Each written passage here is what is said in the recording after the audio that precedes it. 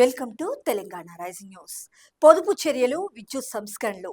నేటి కేబినెట్ భేటీలో ఇవే ప్రధాన ఎజెండా. కొండారెడ్డిపల్లి తరహాలోనే మరిన్ని సోలార్ విలేజ్ల ఏర్పాటు, స్టూడెంట్ల ఖాతాల్లోకే ఫీజు రియంబర్స్మెంట్, ఇందిరమ్మ కుటుంబ బీమా.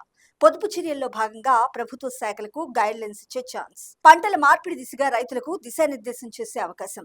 సెక్రటేరియట్ లో సీఎం రేవంత్ రెడ్డి గారి అధ్యక్షతన నేటి సాయంత్రం 4 గంటలకు మంత్రివర్గ సమావేశం. ప్రధానంగా రాష్ట్రంలో ఉన్న విద్యుత్ రంగాన్ని గాడిలో పెట్టేందుకు, నష్టాల ఊబిలో ఉన్న డిస్కంలను లాభాల బాట పట్టించేందుకు ఉద్దేశించిన విద్యుత్ సంస్కరణపై నేటి కేబినెట్ లో సీఎం రేవంత్ రెడ్డి గారి అధ్యక్షతన కీలక చర్చ జరగనుంది. దీంతో పాటు జాతీయ అంతర్జాతీయ పరిస్థితులకు తగ్గట్టుగా ప్రభుత్వ పరంగా తీసుకోవాల్సిన పొదుపు చర్యలు, విద్యార్థుల ఖాతాలకు నేరుగా ఫీజు రియంబర్స్మెంట్, స్కాలర్షిప్ల విడుదల, ప్రైవేట్ కార్పొరేట్ విద్యా సంస్థల్లో ఫీజుల నియంత్రణ, ఇందిరమ్మ కుటుంబ జీవిత బీమా, జూన్ 2వ తేదీన తెలంగాణ ఆవిర్భావ వేడుకలు, 2వ విడత ఇందిరమ్మ ఇండ్లు, చేయూత పెన్షన్లు, సరికొత్త సోలార్ స్టవ్ స్కీమ్, పంట మార్పిడి ప్రణాళికలపై ఈ మంత్రివర్గంలో ప్రధానంగా చర్చించనున్నారు.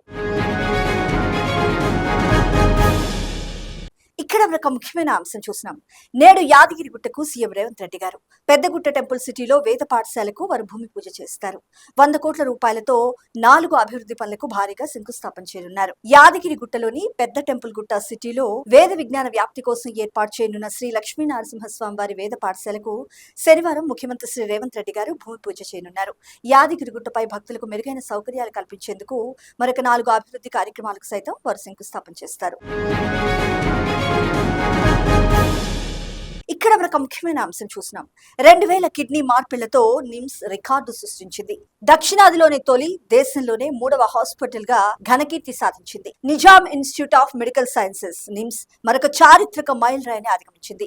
దక్షిణాది రాష్ట్రాల్లో 2000 కిడ్నీ మార్పిళ్లు చేసిన తొలి ప్రభుత్వ హాస్పిటల్ గా రికార్డులకు ఎక్కింది. 9 ఏళ్లలో 1000కి పైగా ట్రాన్స్ప్లాంట్స్, 1900 మందికి ఆరోగ్యశ్రీ ద్వారా చికిత్స. ఈ సందర్భంగా వైద్యులకు సీఎం రేవంత్ రెడ్డి గారు, రాష్ట్ర వైద్య ఆరోగ్య శాఖ మంత్రి దామోదర్ రాజనరసింహ గారు ప్రశంసల వర్షం కురిపించారు. ఇక్కడ మనకు ముఖ్యమైన అంశం చూసినాం.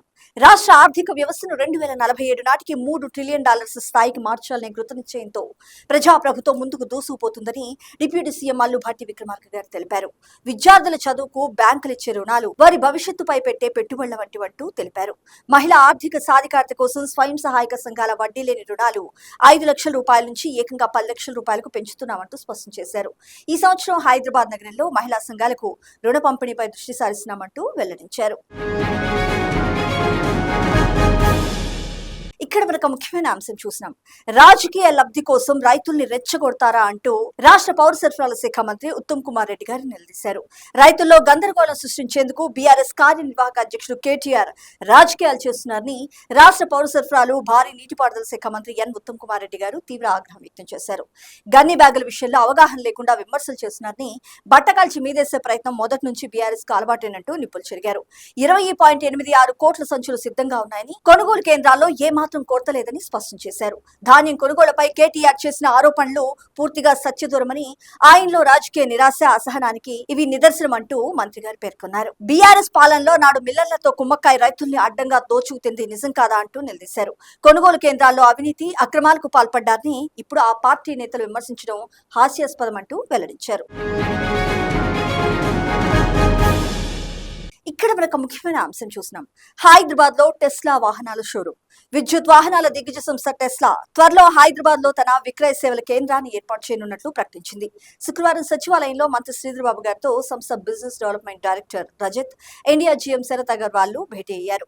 తాము ఇక్కడ అమ్మకాలు ప్రారంభించేందుకు ఆసక్తితో ఉన్నామంటూ ముందుకొచ్చారు. ఈ సందర్భంగా మంత్రి దుద్దిళ్ల శ్రీధర్బాబు గారు మాట్లాడుతూ, విద్యుత్ వాహనాలు, ఇంటెలిజెంట్ మొబిలిటీ వ్యవస్థలకు అవసరమైన అత్యాధునిక సాంకేతికతలతో కూడిన ఎకోసిస్టమ్ ను మన తెలంగాణలో అభివృద్ధి చేశామంటూ స్పష్టం చేశారు. Semi conductor design, automobile software, electronics engineering, deep technology రంగాలకు ప్రధాన కేంద్రంగా మన హైదరాబాద్ నిలిచిందంటూ పేర్కొన్నారు.